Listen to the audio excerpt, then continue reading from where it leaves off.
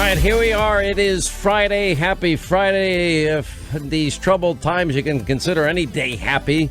Man, it is just the weight of what has gone on since January. Wow.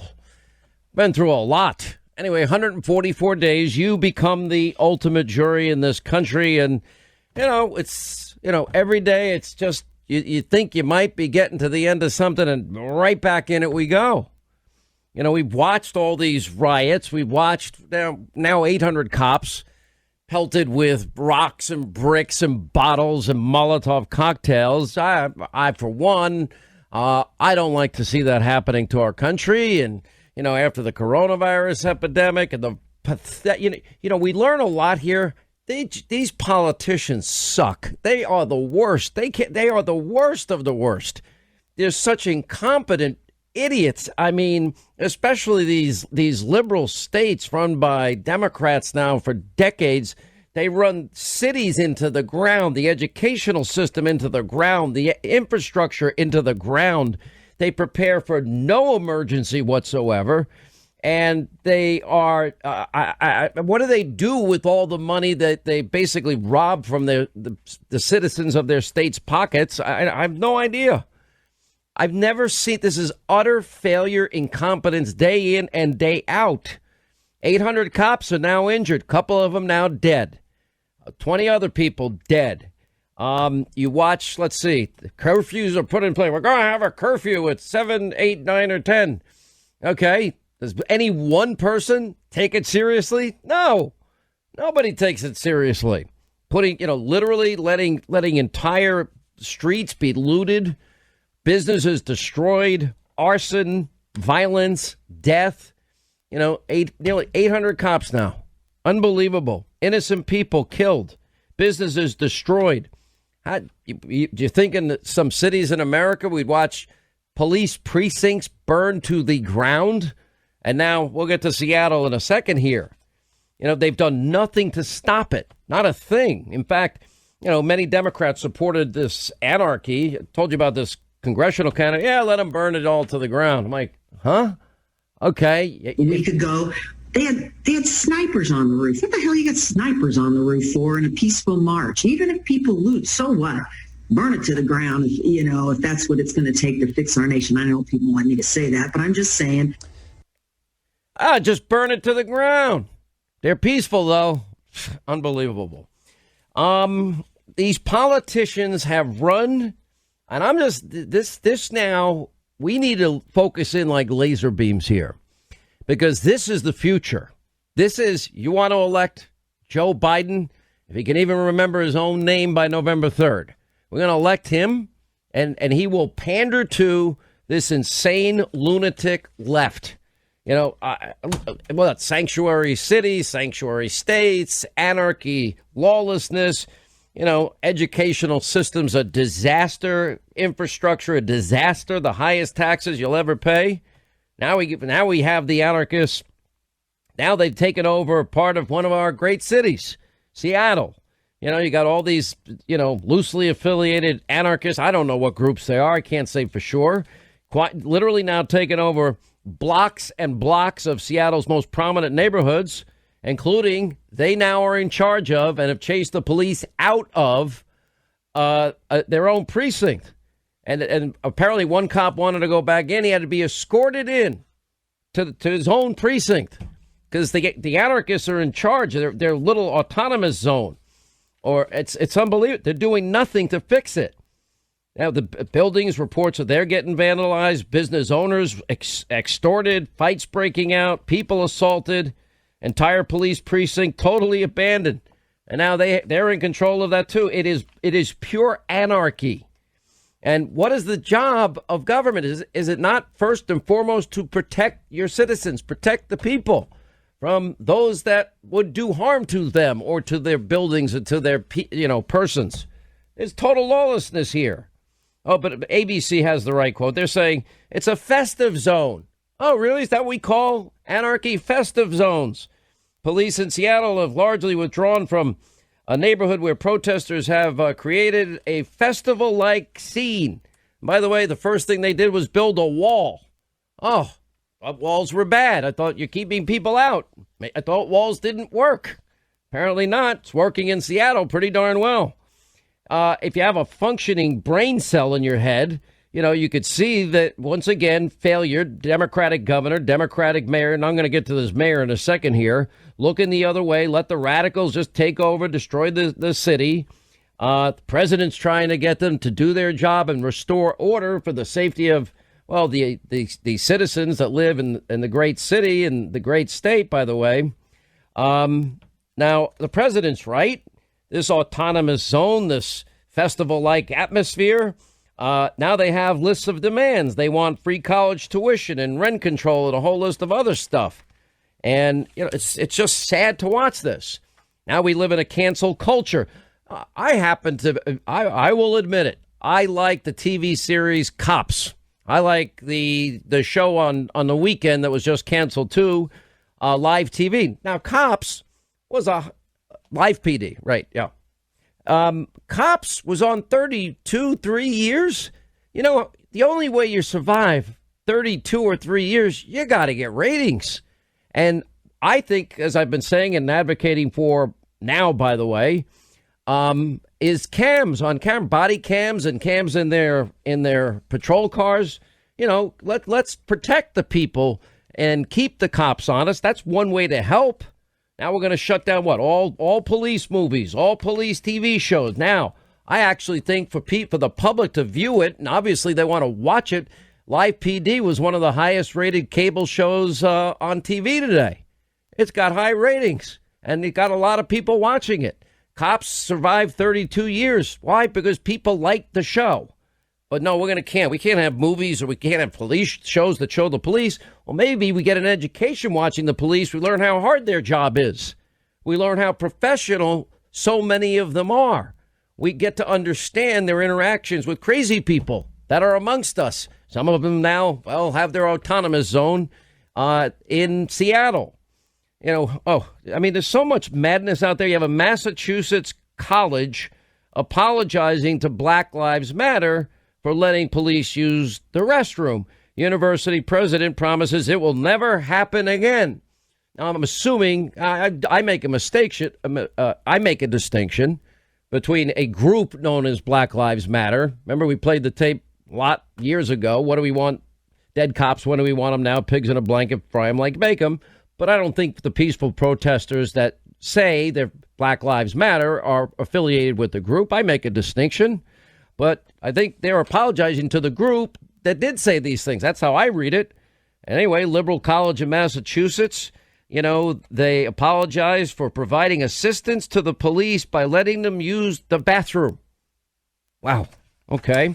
And you have the genius Governor Cuomo, along with Governor Murphy, along with Governor Wolf, along with Governor, shut down Whitmer and socially distance. Don't cut your lawn, but I can go out and protest with no social distancing, Whitmer. The ones that put the COVID-19 patients in nursing homes when the nursing home said, we can't handle this. Well, now he signed an executive order. He does great with his executive orders. That was the mandate to nursing homes, long-term care facilities, take on COVID patients.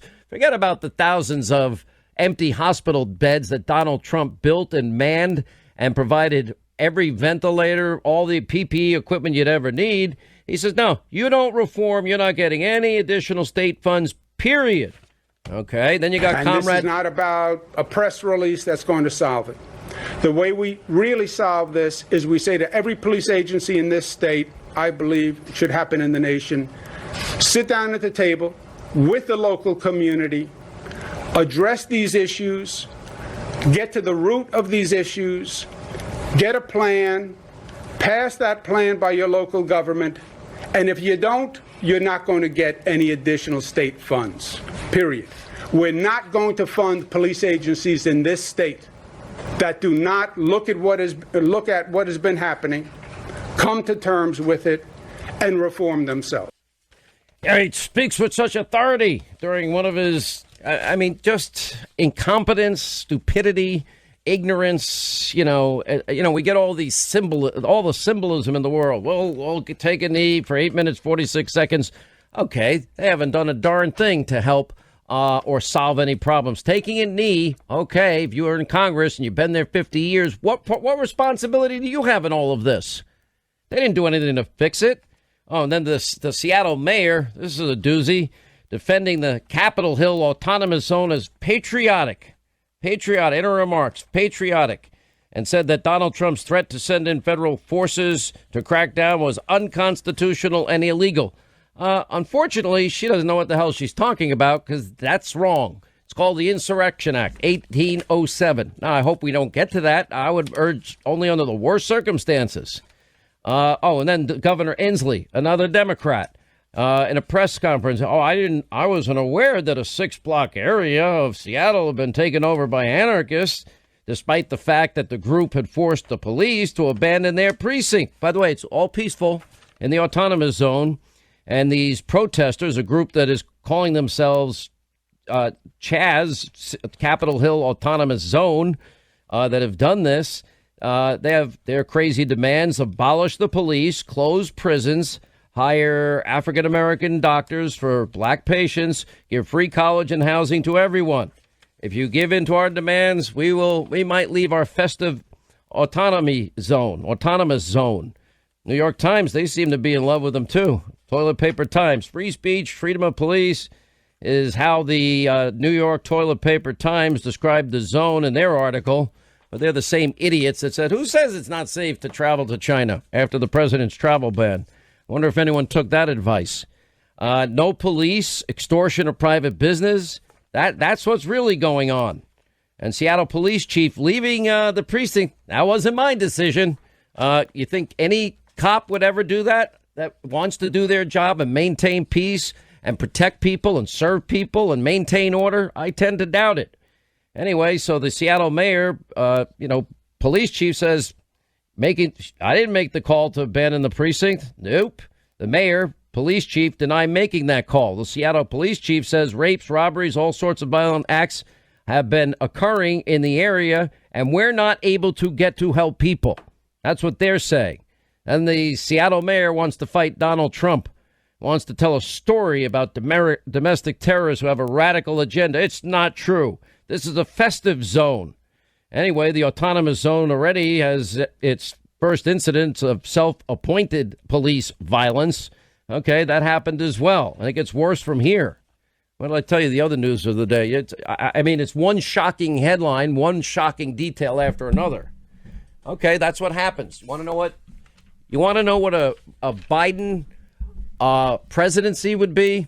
Just look at New York, New Jersey, Illinois, and California, and let's just implement that nationally, because that's what you're going to get. Exactly, because he'll be giving in to the radical base that now controls the Democratic Party. Nancy Pelosi isn't speaker. She's speaker in name only. The squad, Congresswoman Ocasio-Cortez, she's the real speaker. Let's be honest here. To her credit. It's like she's been able to do something pretty amazing. Let's get the Democrats to actually admit that they're radical leftist socialist statists. All right, as we roll along this Friday, 800-941-SEAN. You want to be a part of this extravaganza, but tensions now actually in the autonomous festive zone are very high. Speakers are arguing what to do next. They don't even know. There's no appetite by either the mayor or the governor to bring any order to the city of Seattle and take back control and protect businesses and protect the homes there, and maybe even take control once again of the police department. Media, they're just trying to could you imagine if this was any group that was considered a conservative group, right-wing radicals? Do you think that they would spin it like ABC is a festive zone? I don't think so. Univision, they hides the mayhem at Seattle's Chaz from viewers, which is pretty amazing. You have a reporter in fake news CNN saying how peaceful it is. Okay. One of the protesters crashes and shot and tried to organize people to interrupt the report. Whoopsie daisy. And sort of like the cameramen all getting caught without their masks on while these phony stand-up non-journalists People have to be wearing masks. They're not wearing masks. Somebody takes a picture. Well, your own cameraman's not wearing a mask. They're such hypocrites. World News Tonight, ABC didn't bat an eye when they announced that demonstrations now seizing a 6-block area outside a police station, creating what they're calling a police-free zone. And their correspondent on the ground did all he could to downplay it. The so-called autonomous zone now complete with barricades, meaning a wall, a clinic, and free food. Okay, and as he was, the only network to admit the zone even existed. They didn't do that on CBS or fake news, NBC conspiracy news. Anyway, quick break, right back. More of the details of the madness straight ahead. The forgotten men and women, wasn't that the theme of the 2016 election? Pre-coronavirus, where were we? We had record low unemployment for African Americans, Hispanic Americans, Asian Americans, women in the workplace, youth unemployment, African American youth unemployment. They were off not only in all their coronavirus modeling and all their predictions and all their confusion, and basically all the experts were confounded. The only thing they got right is, the elderly are the most susceptible. But that's the one very thing that they didn't do in New York, New Jersey, Pennsylvania, and Michigan, protect the older people, the most vulnerable. And I'm saying all of this is they get every single solitary thing wrong. They were off by 11 million jobs, predicting a 9 million job loss, and we got 2.5 million gain. That is the best news out of any of this, because the country's dying to reopen. Americans want to get back to work. What is at stake in this election? By the way, we have this beautiful Father's Day special first edition box set of my new book, which is coming out soon. And I'm really excited about it. And because I'm laying out everything that this election is about. It's live free or die, America and the world on the brink. That's not hyperbole. In Latin, I put in live free or America dies. But I go into very, very specific details. Okay, what was the vision of our founders and our framers? What did they rely on? What was the philosophy? We give a very deep, in-depth, discussion into all of these things. A republic, if you can keep it. Is it a monarchy or is it a republic? Asked of Dr. Franklin. Well, it's a republican. It's a republic if you can keep it. And other things that Reagan said. Freedom is always but one generation away from extinction. It's all true. Then we go through a history of failure. Actually, that leads. I mean, when you read the chapter on socialism, and I spent a lot of time researching this. I had a great support team helping me research. And when you read it and you think about what we're going through today and what you're hearing from the left, the radical Democratic Party today, it is frightening. It is chilling in terms of how similar it is to what we now see. And frankly, it actually scares the living daylights out of me, because if they get control of this country, it's going to be unrecognizable. The country we know, love, and so many have fought, bled, and died for. It's going to be non-existent. I talk about the history of radicalism as well. I talk to, at length. Okay, what is Joe Biden? What is the Democratic Party today? That they're no longer a party of moderates, no scoop Jackson Democrats or Joe Lieberman Democrats, for that matter.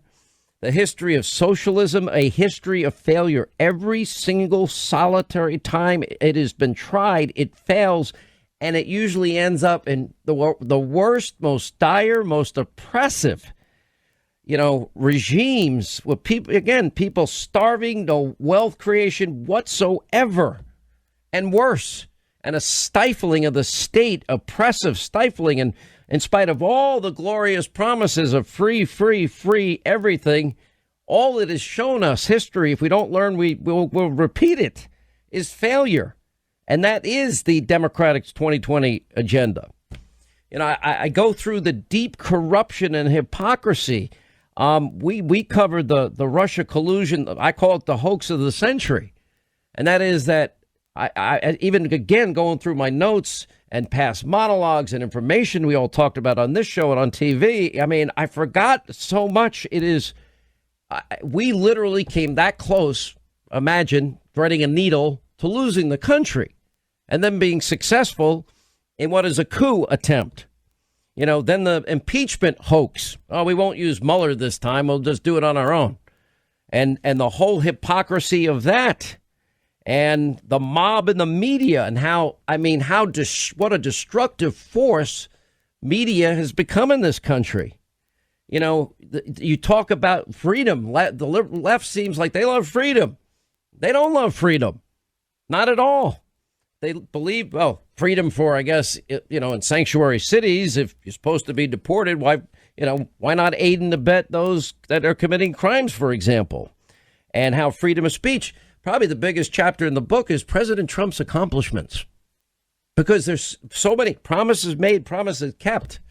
Now, I know the world's changed since we came back from Christmas vacation very quickly. And it's, you know, we've been at this rapid pace and a lot of, you know, we're just gulping water as a country the whole time. I deal with the coronavirus failure. I deal with the historic failure. I compare Biden-Obama's record to where we are today. All of this is at stake in 144 days. Now, I did put together a nice package for Father's Day. If you want to get a first edition, specially bound book for Dad, it'll come out. We're getting very close to our release date. I'll be talking a lot more about it in the days and weeks ahead. I'm very proud of it, but this is a definitive guide to what is at stake, who we've been, what we can be, who, you know, they've always been, and where they will take us. It is live free or you will die. Live free or America dies as we know it. That's what it means. Scary, you know, because it's not hyperbole, because I do believe that America and the world is on the brink, because as goes America, so goes the rest of the world. You want to see institutional failure in big cities like New York, states like New York, states like New Jersey. Now the idiot in Pennsylvania following suit, following his fellow Democrats in New York and New Jersey and shut down Whitmer. Yeah, it's a disaster. That's them at work here. They don't want to even protect the citizens in their own states, their own cities. They're letting anarchy totally and completely take over. And back to the mob and the media, CBS News, you know, White House correspondent, they refuse to mention anything about the radicals that have taken over this part of Seattle. They won't even talk about it. They just attack Trump, calling for an aggressive response to keep the people in Seattle safe in this utopian festive zone, as they call it. I mean, it's the autonomous zone. You know, Trump says, look, if he vows to get it settled and bring back peace and protect people in Seattle, but it's really the governor and the mayor that need to do it. They're not going to do a thing. Seattle mayor calling the autonomous zone, the festive zone, as patriotic. Networks, the willing accomplices of all things radical socialist, you know, they're pretty much ignoring it or defending it or putting, you know, cotton candy and rainbows around it.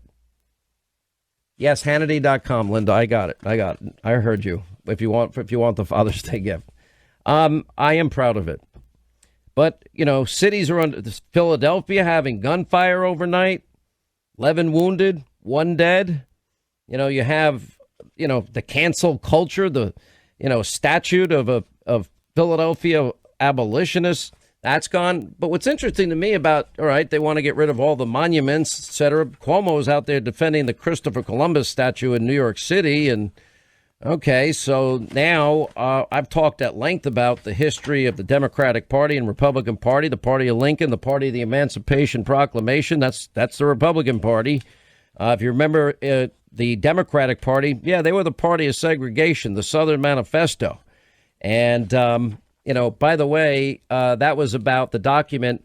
They were resisting the Supreme Court landmark decision about Brown versus Board of Education and the ruling in segregation in schools. Oh, and by the way, Joe Biden had one position then about that, and he has one position today. It's the exact opposite. You know, if you look at the Bill Clinton's mentor, J. William Fulbright, known segregationist. You look at Hillary Clinton's mentor, Robert KKK Byrd. It's going to be interesting to see because there's a lot of statues, a lot of streets in West Virginia and D.C. honoring the former Klansmen that they all seem to like, including Biden. It took Lyndon Johnson's support from Republicans to get the Civil Rights Act of 64 passed, the Voting Rights Act passed in 65, and Southern Democrats tried to stop these pieces of legislation from being passed, and for months. And, we actually have real vote tallies in all of this. If you look at it, for example, 112 Democrats in Congress voted against the Civil Rights Act. And then for the Voting Rights Act, 78 Democrats voted against it. But of course, they don't ever want to talk about real history because the narrative every 2 and 4 years, Republicans are racist. Well, let's look at, for example, the guy that they love, Hillary's mentor, that Joe Biden praises, Robert Byrd. Well, he filibustered the Civil Rights Act for over 14 hours before voting against it. By the way, interesting side note to this, we're going to see what Bill Clinton's mentor, J. William Fulbright. Oh, by the way, Al Gore's father. Yeah. And J. William Fulbright. Yeah. On the wrong side of history. But then, so let's see what they all do and say, because there's a real history here. Now, Nancy Pelosi, her own father, I have yet to hear from her, demanding the removal of Confederate statues. OK, but we do have her family has a history here because she hasn't yet commented on the role of her father in overseeing the dedication of the Stonewall Jackson and Robert E. Lee Monument while serving as Baltimore's mayor in 1948. Then I think later her own brother served in that position. If you get into some details of Robert KKK Byrd, none of it's good. Al Gore and his father, none of that is good either. And Democrats always give themselves a pass on this. Biden's 1975 comments slamming reparations and school busings. Actually, the Washington Post a couple of years ago, I guess it was it was March in 2019, they actually even reported on that shockingly. Joe Biden wants to see studies about the feasibility now of reparations. His comments, are the exact opposite. I don't even want to read them. It's so repulsive, to be honest with you. We have other reports, attempts to hold some of the looters and rioters accountable. Feds are now combing Facebook to hunt down some of the people we have on video. Apparently, the Black Lives Matter website, defund the police donations are going to some Act Blue, according to multiple reports. I've not been able to independently verify that. But anyway, that go to Act Blue, the Biden for President campaign's top source of donation. Oh, so you mean people being lied to and tricked? Interesting.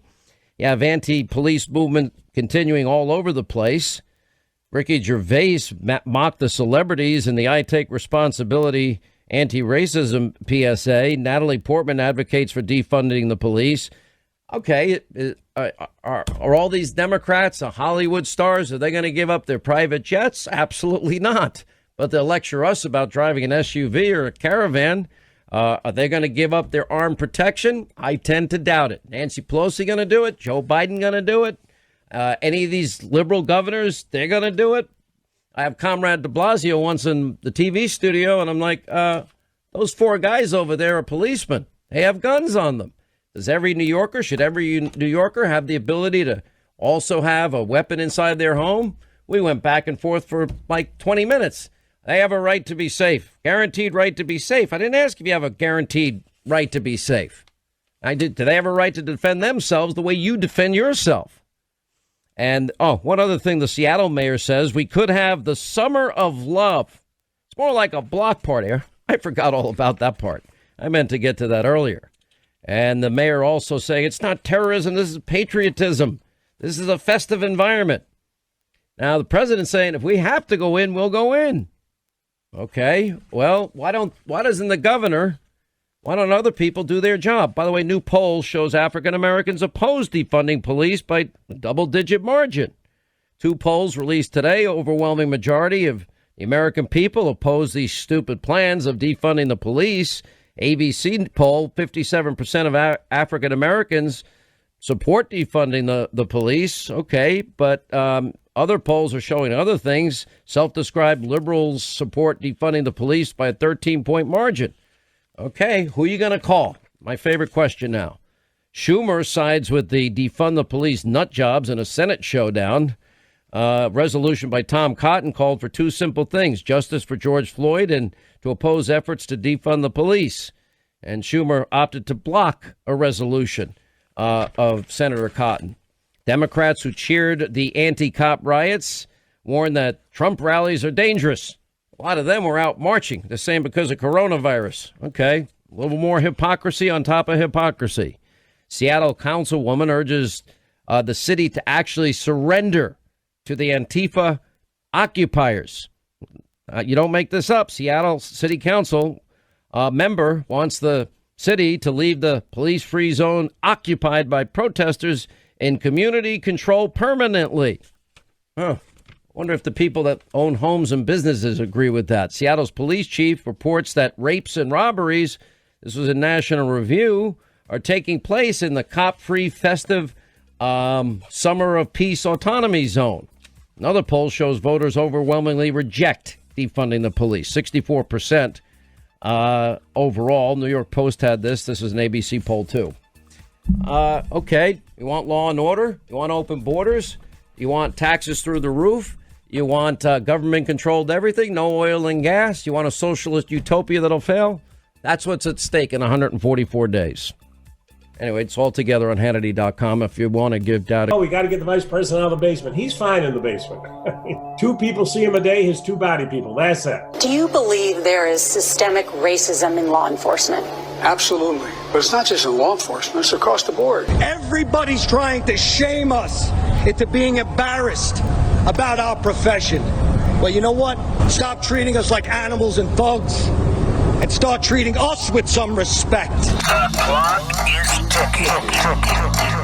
Believe it or not, there's only 144 days left till America votes. Coast to coast.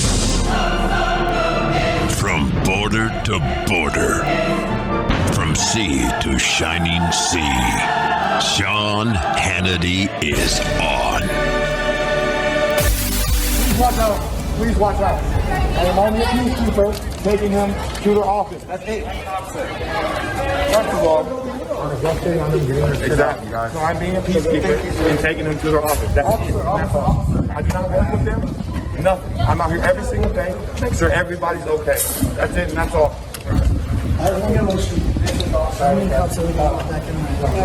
We're not. It's not a matter of how many cops are in here. We're not worried about police. We have these streets already. We have these streets. We're not worried about police, bro. I'm worried about police. You see, I'm black, bro. I'm not worried about police. My guy, I got a fucking baton around to the chest. I'm not the baton, my guy. I'm black. I'm black. I'm black. I'm not scared of these police. Okay? As many police go in there, who gives a We're here to change things. So when we talk to them and get our together, that's when we're going to get done.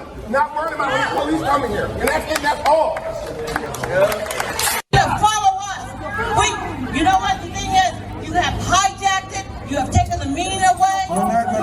You cannot portray the image and make the image because of you. What you like, go for it. Don't try to shut the black community out. I'm black myself. No, but you have to call it. You're not black. You are not black. She said I'm not black. What am I? The thing about it is, the bickering and back and forth. What kind of change do you get from bickering and back and forth? Matter of fact, let me take this mask off. What kind of change do you get from bickering back and forth? We can all check this out. I'm not done talking, boy. I'm not done. Brady Francis on the mic. I'm not done. You gonna let me talk? I got the mic. Push. Like I said, I ain't done. 6 feet, man. 6 feet. You want to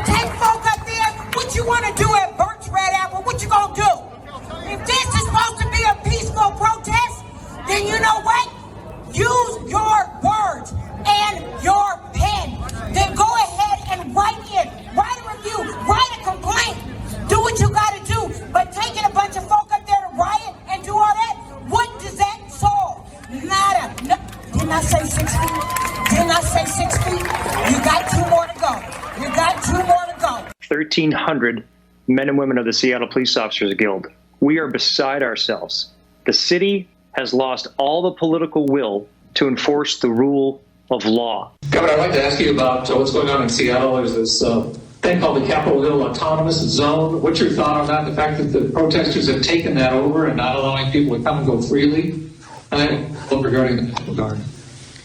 Well, that's news to me, so I'll have to reserve any comment about it. I have not heard anything about that from any credible source. Not that you're not credible. It's just like before I espouse an opinion, I should know of which I speak.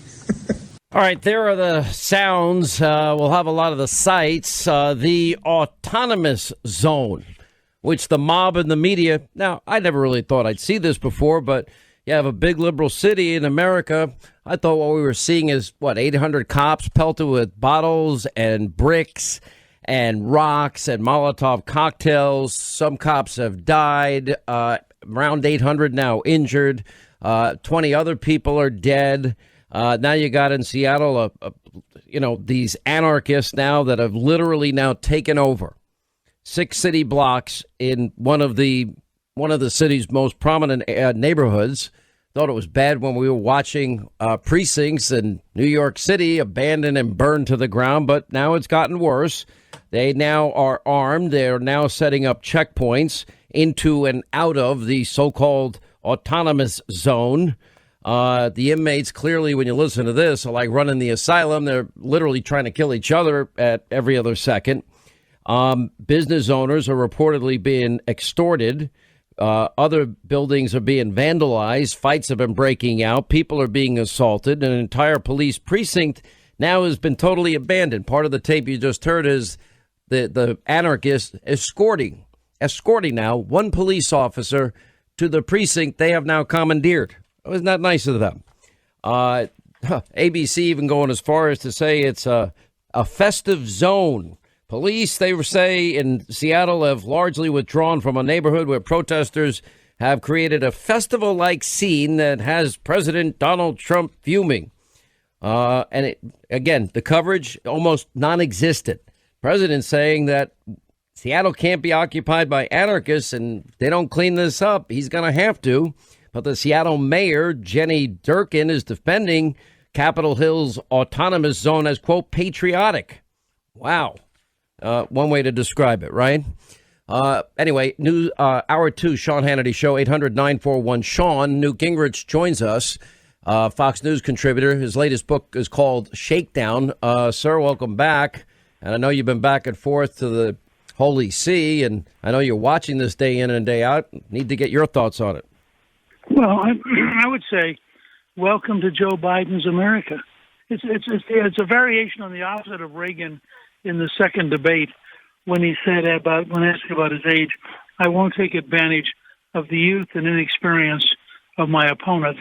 And Mondale broke up laughing. As you remember, Chris and I did a movie about Reagan and had this great scene where you can see in Mondale's eyes, he knows by what Reagan just said that the election's over because it was so cut through everything.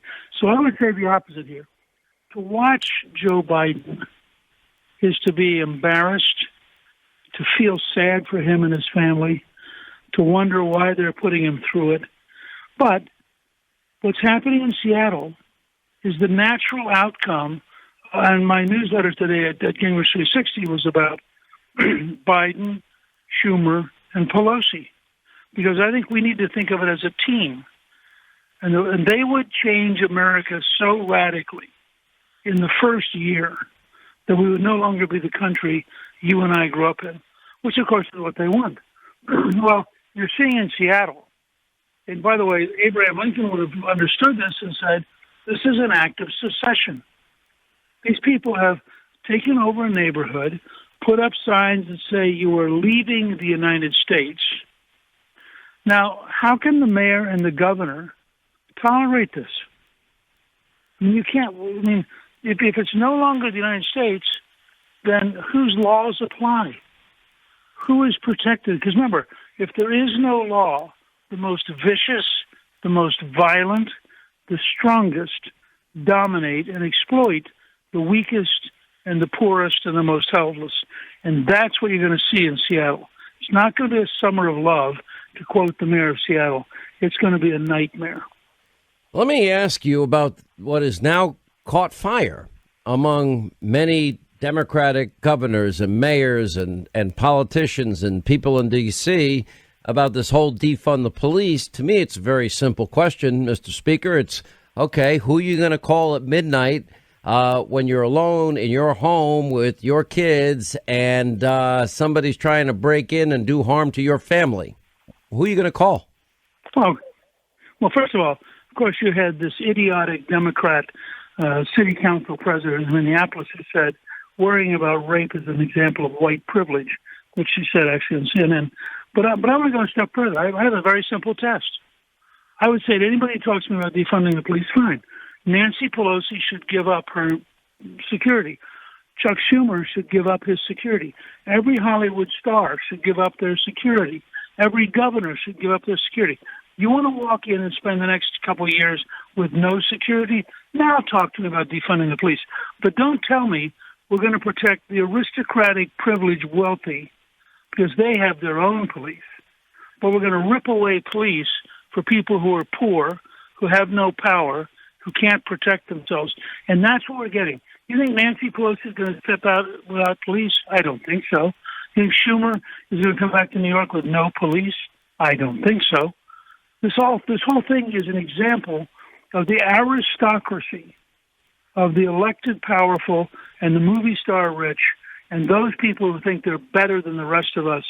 So they ought to be protected while the rest of us are made prey to people who are violent and vicious. I was saying yesterday on radio and TV, we're now 144 days outside of what I think is the I know we've said it in the past. This is the biggest choice election in our lifetime. This is really it, though. Nothing compares to this moment. And I'd even argue between COVID and, the economy and how far we get in terms of a V-shaped recovery, what happens, how this all plays out in the cities and whether or not Donald Trump is forced to then do the job the governors and the mayors won't do. So a lot of things are going to happen in 144 days. I don't have a crystal ball. I have a lot of thoughts on where I think it's going to go, and that is the economy will recover. And I believe coronavirus, if we get resurgence, we'll know a lot more probably in 2 weeks, that we at least have the means to better deal with it. I think that bodes well for the president. Well, look, I think this is going to be an extraordinary fight. I believe it's the biggest choice since 1860. I think, and I wrote my newsletter today at Gingrich 360 on Biden, Schumer, and Pelosi as a team. And my point was, don't tell me about Trump. This is not a choice between Trump and President Perfection. This is a choice between Trump and a team on the other side. I mean, and I laid out in this newsletter what the first year of a Biden, Schumer, Pelosi world would be like, and it's pretty terrifying. I mean, I stay active 7 days a week trying to figure out how we make sure that Donald Trump gets reelected, because I think the alternative is the end of America as you and I have known it. And I don't mean that as hyperbole or exaggeration. And I did an entire series of podcasts on Nancy Pelosi's $3 trillion bill. And I'll tell you, you look at the stuff that's in that bill, and you have to conclude, if they take control, we will never again be the country we once were. They will just simply wipe it out. That's what's at stake here. I mean, eliminating oil and gas, the lifeblood of the world's economy, everything's free.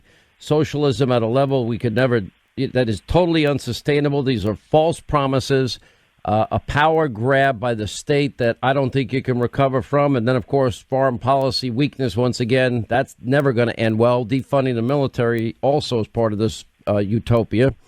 How do you see, in terms of the president, he's getting hit every single second of every single day. By the way, one other thing that we'll know probably by November is, how many of these deep state actors that were involved in this attempted coup will be held accountable. Well, look, there's no question.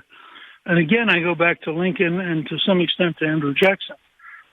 This president has had an entire national establishment do everything it could, legally and illegally, to try to stop him. It is an astonishing process, and his achievements, whether in conservative judges or the economy before COVID hit, or rebuilding the military, or defending America overseas, his achievements have been beyond astounding. And I think it's very important to understand that despite the left-wing media's overwhelming hostility, that Trump is truly already a historic figure. But here's what I think it's going to come down to. There will be a moment, probably in August, when the campaign will suddenly become real. In August of 1948, Harry Truman, running for re-election, was 9 points behind Tom Dewey. And in fact, he was so far behind that by the end of September, Gallup quit taking polls, and they were all shocked when Truman won on Election Day. But he won by telling the truth and hammering away at the Republican Congress and at Dewey. And I believe if you start thinking, you say the average American, what kind of country do you think Biden, Schumer, and Pelosi will create? I think you'll find even people who say they're never Trumpers are not going to say they're never Americans. And I think they will not be able to vote for that future. Let's go through a little history here. Robert KKK Byrd, former Senate Majority Leader, all these years, all the Democrats that praise him. So many monuments all over the place honoring the former Klansman. Let's roll tape, take you down memory lane. There are white. I've seen a lot of white in my time. I'm going to use that word. You mean he was the head of the Democratic Party? Oh, let's see what the Democrats that want all the monuments down. Let's see what they have to say about this. He was a Senate icon. He was a party leader. He was an elder statesman. And he was my friend. We know there are things he said and things he did that he came to regret. I remember talking about that the first time I visited with him. He said, there are things I regretted in my youth. You may know that. And I said, none of us are absent some regrets, Senator. Today, our country has lost a true American original, my friend and mentor, Robert C. Byrd. Senator Byrd was a man of surpassing eloquence and nobility. There are white. I've seen a lot of white in my time. I admired his tireless advocacy for his West Virginia constituents, his fierce defense of the Constitution and the traditions of the Senate, and his passion for a government that improves the lives of the people it serves. There are white. I've seen a lot of white in my time. They mentioned that he once had a fleeting association with a Ku Klux Klan, and what does that mean? I'll tell you what it means.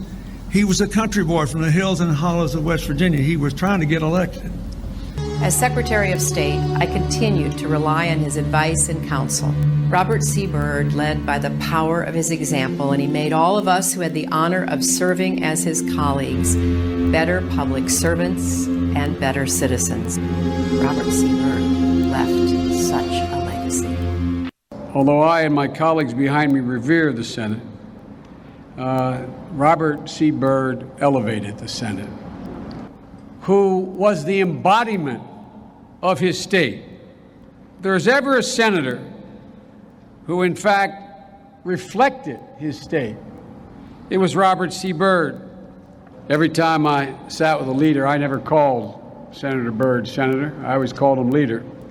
He was devoted to all of you like few senators in the 37 years I was there, 36 plus years I was there, that I have ever known. He was fiercely devoted, as you've all heard, to his principles.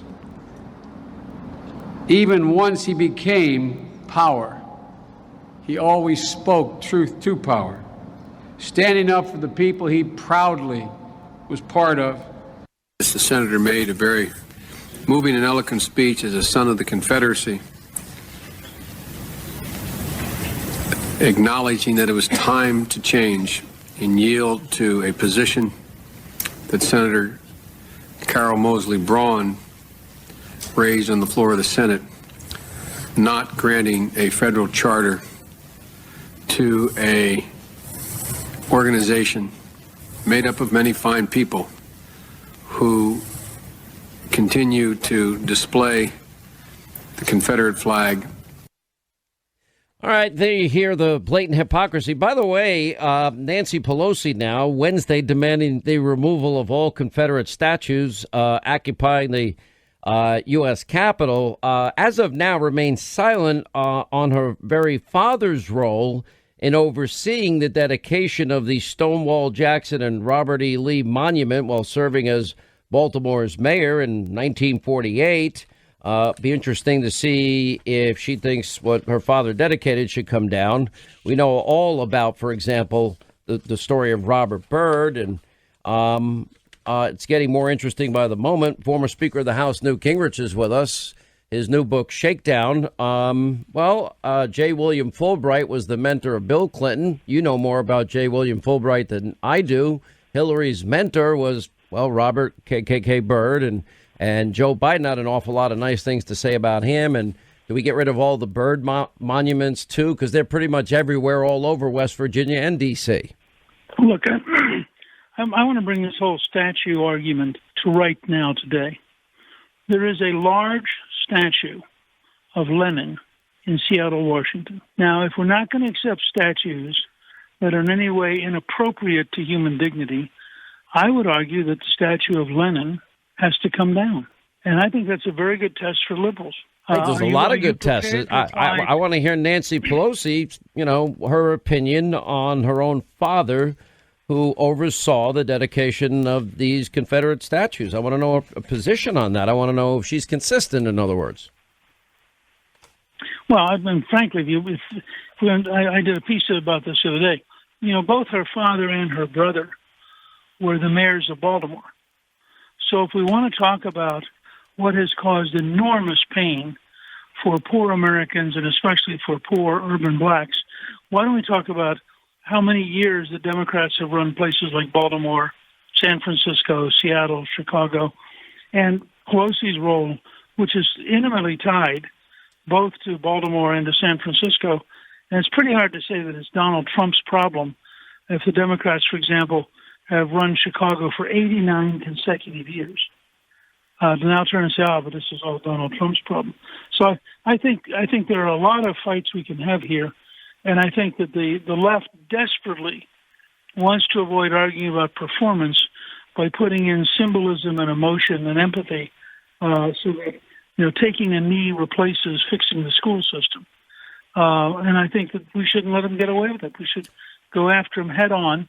Now, I also think once you go down the road of eliminating statues, movies, books, you name it, you're on a very slippery slope that ends up in a totalitarian society. And I think that there's something more than a little sick by what we're seeing happening and by the kind of groupthink that is being literally imposed on the country. So it's almost like Maoism in China. I mean, if you don't think this way, you're a bad person. And I think that we ought to take it head on and say no, that we're not going to repudiate our history, and we're not going to go around and allow you to destroy art simply because it doesn't fit this week's version. When you think of the party of Lincoln, the Republican Party, the Emancipation Proclamation, I might be wrong, Mr. Speaker. You're the historian, not me, but if I remember correctly, there was a party of segregation in the Southern Manifesto, and I believe it was Democrats who introduced that Southern Manifesto, a document to resist the landmark Supreme Court decision of Brown v. Board of Education. The 1960s, we saw the Civil Rights Act and the Voting Rights Act, 64 and 65 respectively. And it was Lyndon Johnson relying on Republicans to get that bill passed. If my memory serves me well, it's been a while since I've been in school. Well, you're right. But look, what we face is the great propaganda machine in the news media and the willingness of Democrats to say whatever they have to say to win, even if it's totally false. And I would argue that, frankly, they have been as destructive, particularly for poor urban blacks, in the modern era, as their predecessors were in the South, when segregation was entirely a function of the Democratic Party. And they don't want to admit to that. But virtually everything we think of that was bad about segregation was brought about by the Democrats against Republican opposition over and over again. It was Republican presidents who sent the army in, for example, to suppress the Ku Klux Klan. And I think that we have to be more courageous in standing up for the truth about the real history of America and not allowing them to invent some fantasy version that fits their political needs. Let me move on to, I think certain events, if I had to guess, coronavirus is one, and whether or not we have a bad rebound, it's always a potential. It's usually predictable to some extent. I think we'll know a lot more about how big that potentially could be in the next 2 weeks after all these protests hopefully die down. But so you've got that to factor in. I was shocked. The experts were off. Well, first, the models were off with coronavirus, all of them. And all of the information pretty much we were given, except that we've got to take care of the older people, elderly people, those with underlying conditions and compromised immune systems. That remained constant. Everything else varied and changed, and they couldn't be more wrong. But I think predictions on the economy, for example, May's numbers ended up being net plus 2.5 million jobs. They were predicting net minus 9 million jobs. How much hope does that give you that by the time we get to October and the third quarter numbers come in, that we will see what we call a V-shaped recovery in the economy? Well, I think we have a real chance to get to a V-shaped recovery, despite the effort of every Democrat to slow it down. And I think the president's decision to let every state explore on their own and to have a freedom, a laboratory of democracy, was exactly right. And of course, you've seen a number of states now, almost all of them, states that voted for Trump, that are beginning to reopen, beginning to have the economy grow.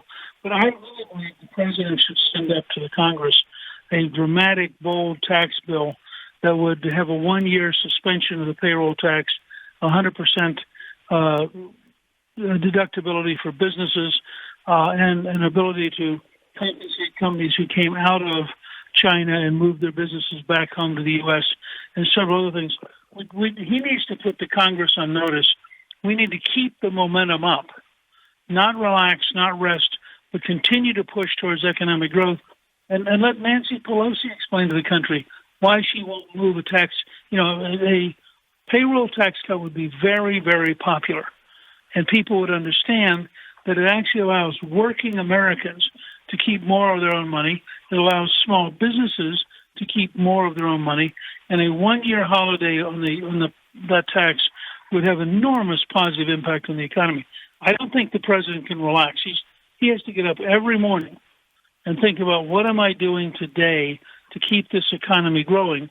Because the news media and the Democratic governors and the Democrats in Congress are going to do everything they can to keep Americans unemployed so that they can defeat Trump. I mean, defeating Trump's their goal in life, and they don't mind how many Americans they hurt to try to get there. So he's got to be very tough-minded and very focused on getting this economy growing. All right, quick break. We'll come back. More with former Speaker of the House Newt Gingrich on the other side, then Project Veritas' James O'Keefe, his next installment of his undercover work on Antifa. Hi, guys. I'm Katie Lowe's, actress, mom, and host of the parenting podcast, Katie's Crib, a show that helps women navigate the big shifts which motherhood can bring. This season, you'll hear from resilient mamas like actress Gabrielle Union, thought leaders like author of the New York Times bestseller Untamed, Glennon Doyle, and experts like prenatal and postpartum clinical psychologist Dr. Alyssa Berlin.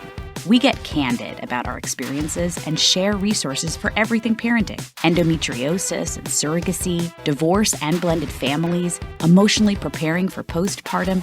Katie's Crib is covering it all. For a dose of comfort and community with those who understand the struggles and the joys of raising tiny humans, subscribe now for brand new episodes every other Thursday. Listen to Katie's Crib on the iHeartRadio app or on Apple Podcasts or wherever you get your podcasts.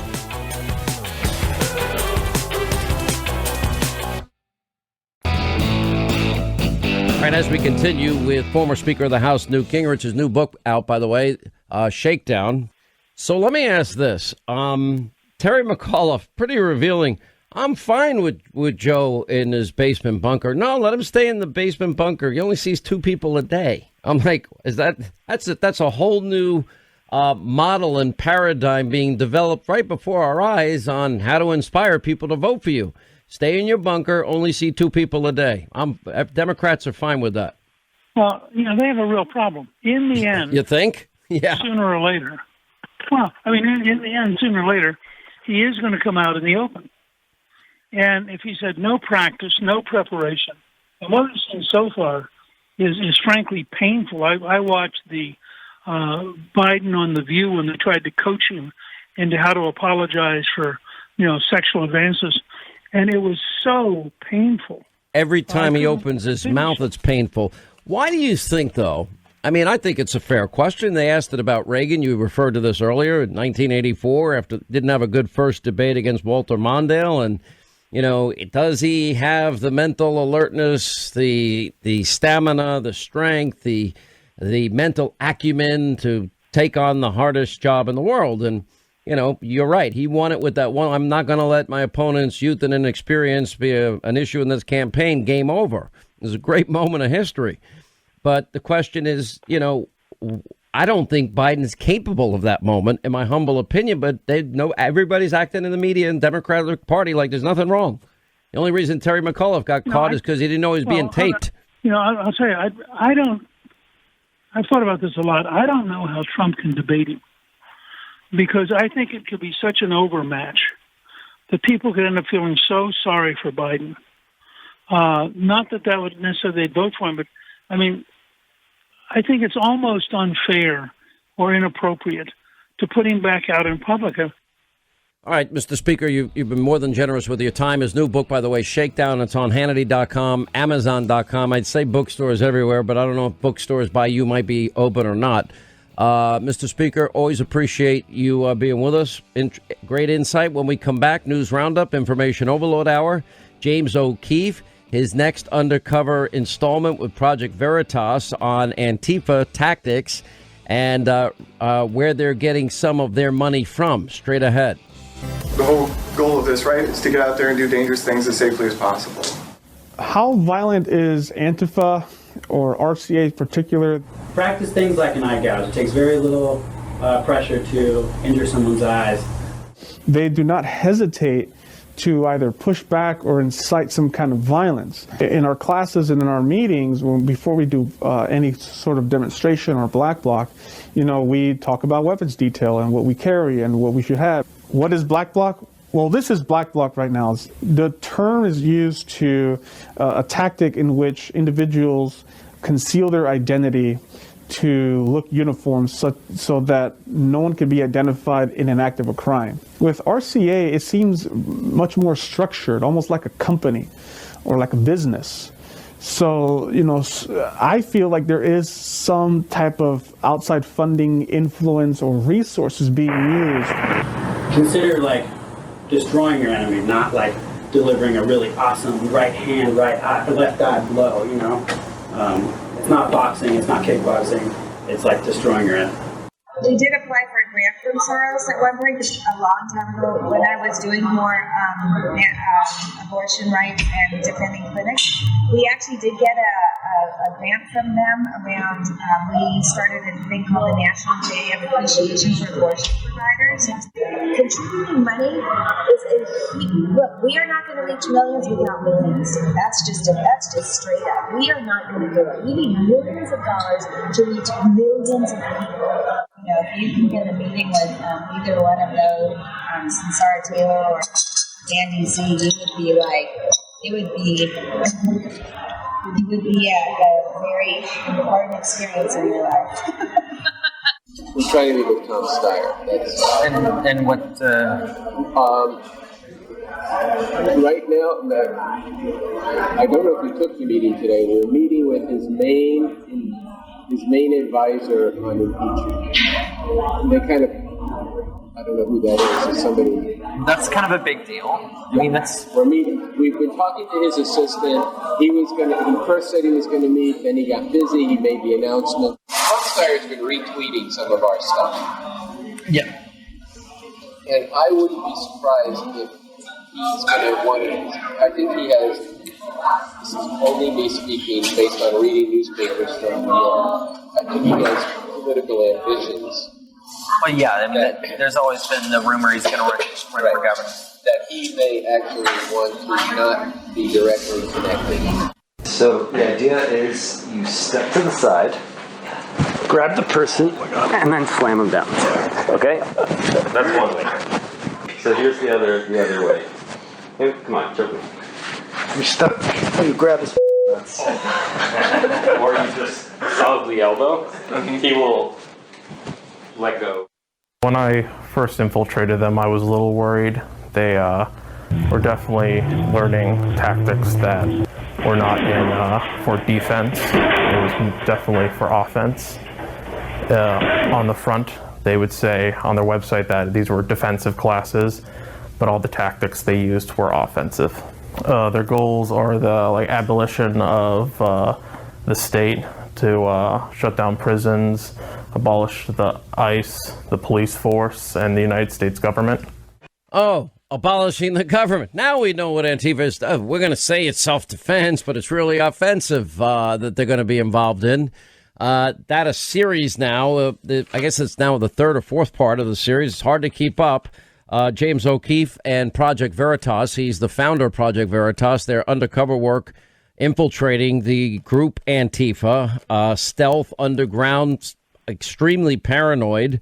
And Antifa describing, fight training, body slamming, and hit them in the beep, and, saying they want to abolish the U.S. government. James O'Keefe is back with us.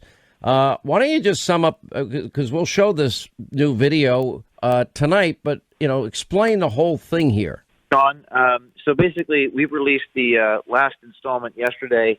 This is a national organizer for Refuse Fascism, a man named Andy Z., and another woman named T. Stern, both of them leadership for this Antifa-like group, Refuse Fascism, and they're talking about how they get their money. This is a direct quote, we actually did get a grant from Soros, George Soros. They also say that they've been working with and meeting with a man named Tom Steyer, who's a billionaire from California, and they claim that Steyer does not want to be, quote, directly connected. And they talk about this. So we have done now 4 videos. The first few videos showed their violence. They're poking people's eyes out, training them how to commit acts of offensive violence, reframe assault as self-defense. And this last installment, it actually shows in their own words hidden camera videos of them meeting with potential funders, talking about who is funding them. And all of this, Sean, proves this is not just a bunch of kids in the street. This is a organized group of people that are doing things ahead of time. Well, I don't know exactly who all the anarchists are. I don't know if anybody really knows, but, I never thought we'd be seeing what we're seeing in the streets of our big cities, although they've been run into the ground for decades now by Democratic governors and Democratic mayors and been totally ineffective. And I thought it was bad enough when we saw, okay, nobody's going to listen to a curfew, and then the looting and the arson and the, rioting, burning of police precincts. Then, of course, 800 cops about now have been injured, a couple of them killed with rocks, bottles, bricks, Molotov cocktails fired at them. And if that wasn't enough to shock people, now we have an entire, part of a city, this one, Seattle, where they've actually commandeered an entire part of the town, including the police precinct, which was abandoned. They actually let them have it, and they're doing nothing to, protect the people that live in there. There are many homes in there, or protect the police precinct. They're doing nothing. And, we're getting these proclamations from these genius politicians out there saying, no, this is the summer of love and a festive zone and an autonomous zone. And no, this is patriotic, according to the Seattle mayor. And I'm like, I don't know what they're looking at. But that's not what I see, James O'Keefe. And again, just to reiterate for your audience listening, that what we filmed in New York was them reframing an assault, a violent assault, them reframing that as self-defense, which is probably a criminal act if you're intending to hurt someone and you're lying about the reasons that you're doing it. But this is the first time anyone has ever infiltrated Antifa. The recording that you played just now was one of the brave undercover journalists for Project Veritas talking about how he was scared for his life. If something went wrong, he got found out that he could get hurt. And also, one of the first times you've ever seen any of these donors' names mentioned. They mention Soros. They mention Steyer. They say they're meeting with his staff. They say that he's making potential donations indirectly. We don't have any confirmation of that, though. I mean, do you believe them? Did you find that they were just really opening up? Their confirmation is their lips moving and them saying the words that we got a grant from Soros. This is their words, not mine. This is a woman named T. Stern, head of the Atlanta chapter of Refuse Fascism, confirming, this is according to her, that this is the sort of people that they work with. And Andy Z lists 10,000, 50,000 checks that they get from donors to fund this activity. The media claims they're not even a group. They claim they're not even a group. And they're meeting with billionaires to fund. What do we know about this? Because this is important. Different cities apparently have different. They're apparently all under a banner of Antifa, but they have different names in different cities, loosely bonded together. Or do you believe that really is far more centralized than anybody knows? I can only report the facts of what we've uncovered, which is that they have a national organizer, that they meet with moneyed financial people, that they have trainings, right? You've seen, this is all the stuff you've seen in the tapes. They have PowerPoint presentations in Portland, Oregon, where they teach you how to gouge out eyes. They have martial arts training, which you and I talked about earlier this week, where they reframe an assault as self-defense and teach you how to really hurt somebody. Again, it's just, is it organized? It's self-evident based upon the fact that they have trainings, have leadership, have donors, and in fact plan all this disruption. In fact, this man, Andy Z, tells our undercover reporter, while Tom Steyer might not be directly connected, you have all these cities, and at a certain point, this, quote, dominates the national news. It's a very disruptive force. This is an intent. This has been planned by a individual who is the leader. And they claim that this is not planned. So what this evidence suggests is it's just confirming what we all suspect, Sean. It's just on tape. It's them in their own words, as I always say. Yeah, did you notice, by the way, out in Seattle, all these leftists against building a wall at our southern border? Boy, they built up a wall among their summer festival area, autonomous zone of the Summer of Free Love zone. That wall went up pretty quick. I guess the more shocking thing here is that, the mayor, the governor, they're saying this is patriotic. They're saying that this is a summer of love, that this is all peaceful. Now we've got audio and we got video of them even fighting amongst each other constantly. Yeah, I mean, it's certainly not from what we've seen peaceful. Like I keep saying, they've gouging out eyes and training people how to commit assault. I know that you know a thing or two about martial arts. Watch the tape of that training and see what their intent is. It is to hurt people. It is to dominate the news cycle. And I really hope that these individuals they've mentioned in these tapes, I hope that someone in the media puts pressure on them to ask for a comment. Remember, they're giving through blind trust. They're giving through anonymous means. So if the lead organizers are saying names about who's funding them, someone should ask those people questions. I know Tom Steyer ran for president, so I know he's got political ambitions, and that's what Andy Z says. But they met with his people. They met with his people to talk about these activities. And so the question is, what did he know and when did he know it? Well, I think those are all good questions. Okay, so this is the last installment on this. Will you give us a preview of coming attractions? Because I know James O'Keefe well. I've known you since the first video you released. And I'm just imagining you're working on some other project simultaneously. Well, Sean, because I really, really consider you a close friend, I actually will tell you what we have coming up. I'm actually I'm gonna Linda, listen to this. I'm gonna get a tip. Finally, breaking a preview. News, Sean. Breaking news now.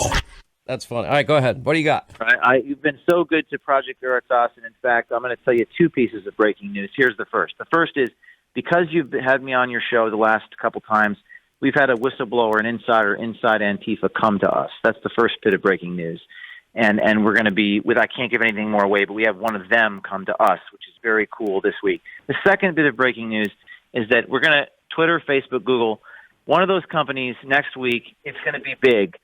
we talk about what's happening in our country with diversity, and some of these discussions.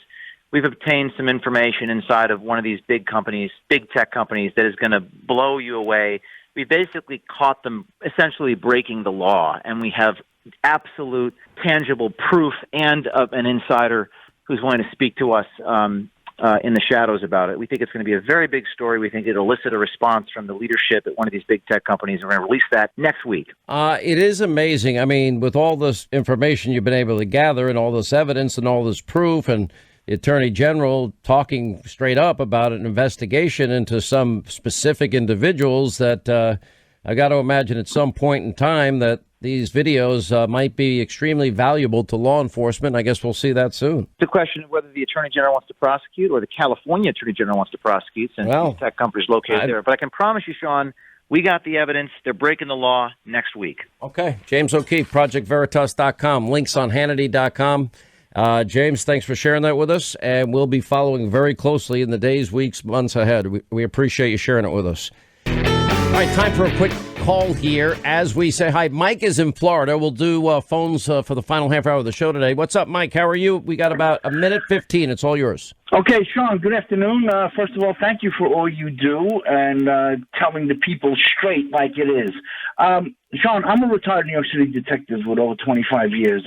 Thank you for your service, by the way. Yeah. Thank you. I came on 30-plus years ago, and times are different, yes. And what's going on right now, if you recall, Sean, the Brooklyn Bridge riots, the Crown Heights riots, the Washington Heights riots, yes, they did that in my time, but we quelled them because we dictated where and how they rioted. In other words, we were the controlling factor. This is just pure anarchy. The higher ups, I'm not blaming the cops. They're trying to do their jobs on the front line every single day. Hey, by the way, day Mike, in and day out. The police spokesperson, a spokeswoman, said this was not my decision to leave our precinct and hand it over to the anarchists. No, I agree with that, but I'm talking about other places. It's just mind-boggling how the higher ups are now. They're not backing their cops, and I don't blame the cops for not doing their job. I mean, we took an oath. We uphold the law. Even us retired guys, our oath does not retire when we do. It retires when we pass away. When we die. That's how our mentality is. Let me just say this: get back into the game. What you did is the way to handle it. I mean, non-lethal force. You don't let them take over a city. You protect other people in the city. You protect property. It's simple. People like you put your life on the line every day. The 25 years you served with honor and distinction. We appreciate it, Mike. Thank you.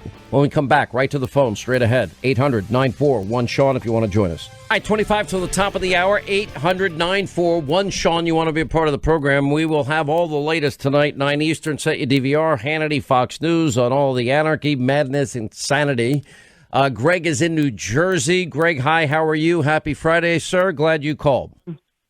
How you doing, Sean? It's an honor to speak with you. Thank you for taking my call. I'm a Thank you. fellow martial artist like you. I'm a student. And by the way, everyone Hannity's going to talk about his martial arts again. I'm a student. Did I ever say I was an expert, Greg? I'm not. No. I'm not.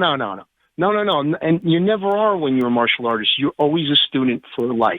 That's Correct. the way it is. But I'm 7 years in. I know a little bit.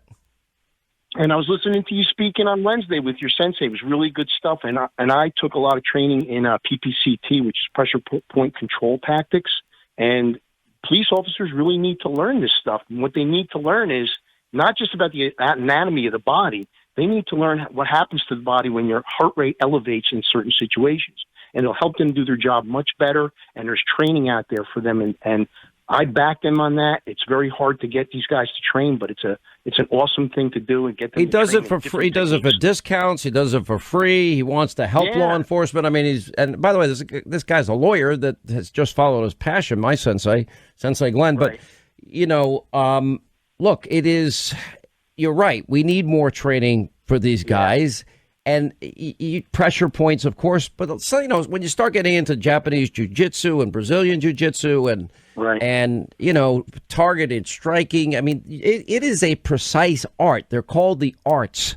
And for me, what works for me is all repetition. I do a lot of self-defense, how do I deal with firearms if it's out in front of me? How do I strip it?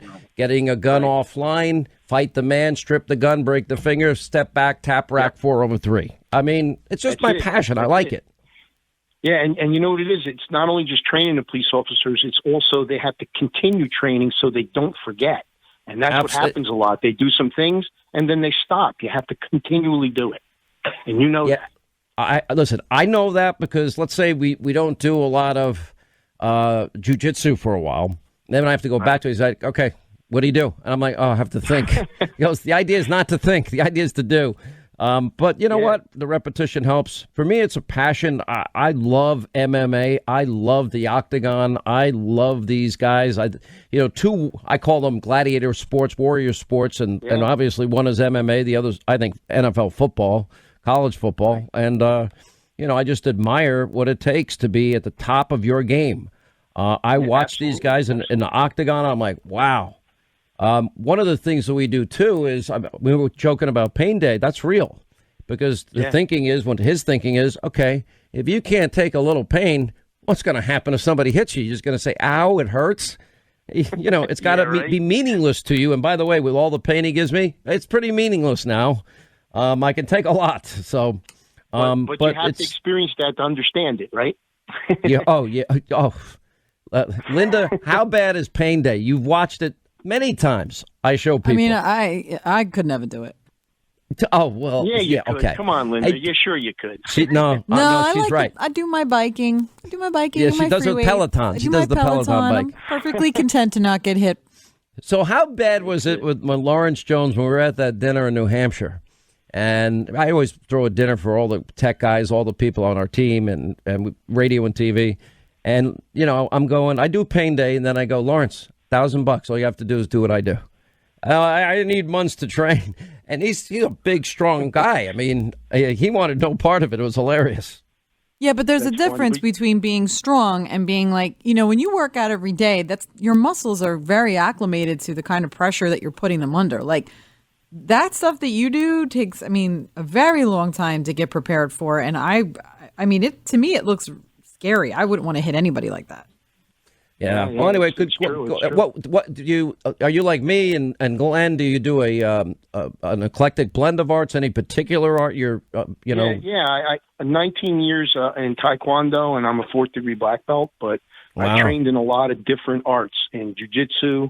I've done some grappling. I've done Kali. I've done Hagana. I've done JKD is a big one for me. Jeet Kune Do. I really enjoy that. That's a great art to train in. But yeah, I've done a lot and I love it all. But you know what I think about it is that you have to find the things that work the best for you. Everybody's different, and you stick to those things and you put those in your toolbox, and that's what you use. That's it. What he's been able to do for me is it's an eclectic blend, but it's very much situational self-defense in my case, and a lot of strength and core building. It's a combination of both, and boxing and, blade sticks, firearms, varying arts, Krav Maga, Kempo, Japanese Jiu-Jitsu.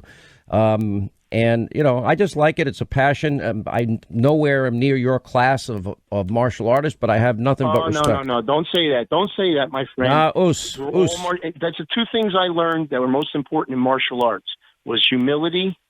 Yeah, it's true. You'll never stop being a student. You bow in. We bow in, and you know this. You look at your training partners, your sensei. You bow in. You put your open hand. You put your fist in your hand. If you're using any type of weapon, if you're doing weapon work, you turn it backwards, upside down, and show that you are showing respect. That we're not there to hurt each other, but we're here to train and do business. All right, thanks, Greg. The two most important things: self-control and that. Oh. So that's it. All I get is, are you going to listen to me? Back off. You back off backwards. You do this. Oh, he's like afraid I'm like a loose cannon. I'm like, I'm not a loose cannon. I'm going to walk away every time if I can. Anyway, thanks, Greg. Appreciate it. Love to talk with you. 800-941-SEAN is our number. John in Washington. John, how are you? Washington State or Washington, D.C.? Washington State, Sean. How are you doing? Welcome to the People's Socialist Republic of Seattle. Oh, no, I don't live near there. I live on the east side where people have common sense. Good. How do you feel about a portion of your state now being taken over by the anarchists? Well, number one, it shouldn't happen. Back in '92, I was with the LAPD during the riots. And quick anecdotal story was, we knew what was going on, but you had a fight between the chief of police then, Gates, and the mayor. And when it started at Florence and Normandy, my partner and I, Sammy Kong, saw what was going on, and we decided, hey, if we go there, we might have to shoot 2 or 3 people, but it'll stop there. On our way out, we were stopped and said, the chief has stood us down. And we tried to sneak out, they caught us, and we were not allowed to go. And that's what happens when you do not keep law and order from the beginning, from the outset. Look, here's something that people have got to understand. There's never going to be on video. Now, I'm all in favor. I believe in body cams. I believe squad cars need cameras. I think it keeps cops honest, and it keeps the public honest also. Because you know what? If there's any resistance at all, it's never going to look pretty. And so having a record of it and following proper procedures and more training, I think it helps everybody and keeps everybody honest. That's why when they canceled cops and they canceled live PD, I'm like, no, that helps the public understand what guys like yourself go through. It's not easy. Well, Sean, one of the things is we were always taught that, and I've done law enforcement even overseas as a consultant, but we were taught if you're going to use violence, it should be so overwhelmingly violent that it's short and over with.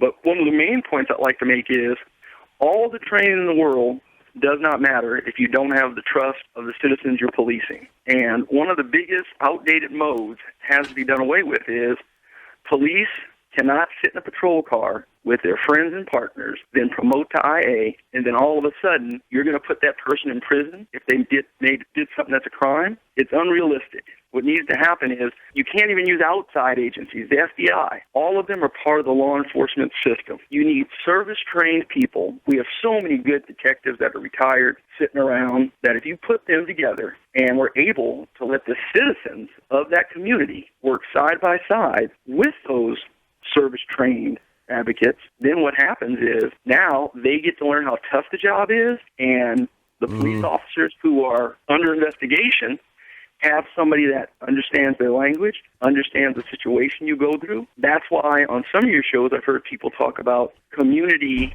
boards to review police action. If you have no concept of how to read a police department manual, what shall or should not means, then it's like sending somebody who does fishing to your studio to do your sound mixing. Yeah. It doesn't work. And people have to remember one other thing here, and this is critical. They have to remember that even if it's just a routine traffic stop, that the cop never knows what's on the other side, ever. Their adrenaline is pumping. They don't know. And we've seen horrible situations evolve, even on a simple traffic stop. But, I always say the 99%. Most people I know, John, that go into your profession, you go to protect and you go to serve. And the 99% is so dedicated. And, John, I'll look at it this way. You have 2% of the population that, based upon criminal science, 2% are going to be killers and thieves. 2% are going to be your troublemakers. If you think, for whatever reason, we could keep 2% out of the police department, it's unrealistic. And so I propose, and I'll keep proposing, that until citizens are trained and law enforcement officers are trained to interact. I was trained as a little boy by my parents to have respect for the police, and that if something happens, you say, yes, sir, no, sir, and then you take it up with the supervisor afterwards. You don't escalate aggression. Police need to be held to a higher standard. On a traffic stop, if you're adrenaline pumping, then you need more training, because the only time my adrenaline pumps is when I know there's a threat. Other than that, you are nice to everybody, but always have a plan to take them down. You smile. I got it. Listen, it's hard to do. I mean, look at these New York City cops getting doused with waters, their patrol cars. It's just sad. I'm going to move on, John. But listen, people like you make our cities, our streets safer, more secure for all of us. You're a rock star. Many thanks to you and all the brave men and women that do protect and serve every day, and they do it with honor and distinction. Thank you. All right, let's say hi to Adam in Minneapolis. What's up, Adam? How are you? Hi, Sean. Pleasure to speak with you. We don't say the word Minneapolis anymore here. We say land of my pillows. And I love Mike Lindell, but man, I'll tell you, I thought I could talk a lot. He can talk. It circles around me. I love the guy. He's such a good guy.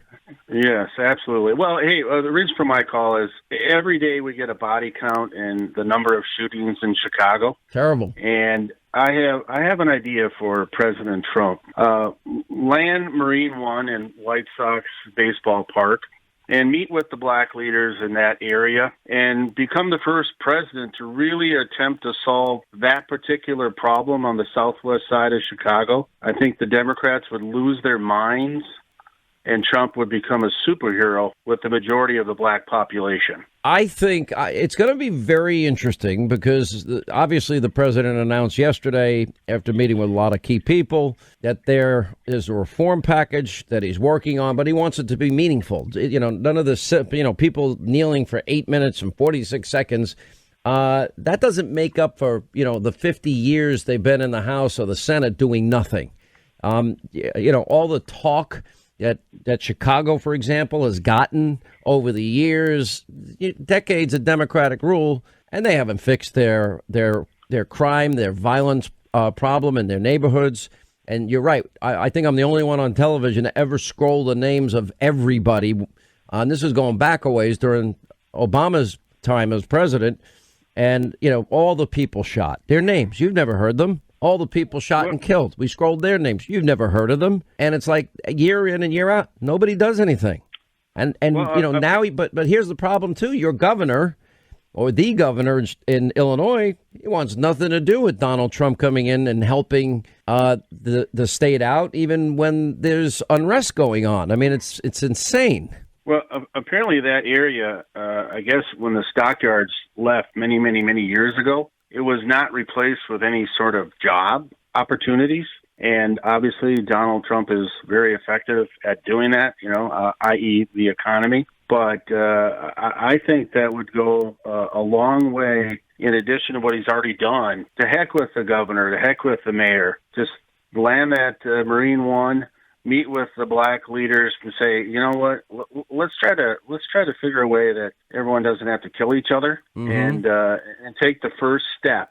I mean, the optics of Marine One flying into Chicago. I think it's a good idea. Airport. No, I like it. Please. But, look, something has to be done. I mean, it's hard when the states are fighting against the president, begging them to take the help he's offering. And by the way, as a matter of process and law, they have to ask for the help.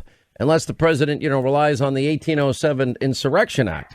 All right, that's going to wrap things up for this Friday. Hannity tonight, 9 Eastern, set your DVR on the Fox News channel. We're loaded up a powerful, powerful testimony that was given this week by Angela Underwood. Her brother was killed in the line of duty, and an incredible story that she's going to tell you, and I hope make Americans think. So we have some breaking news on the deep state, Dan and Bongino and Geraldo. It's all coming up 9 Eastern tonight, Hannity. We'll see you then back here on Monday. Have a great weekend, all of us.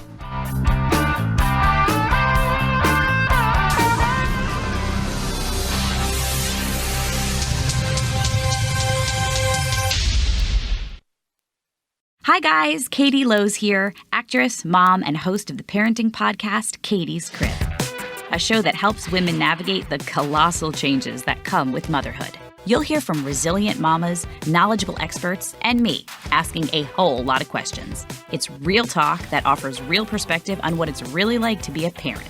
So join me. New episodes publish every other Thursday. Listen to Katie's Crib on the iHeartRadio app or on Apple Podcasts or wherever you get your podcasts.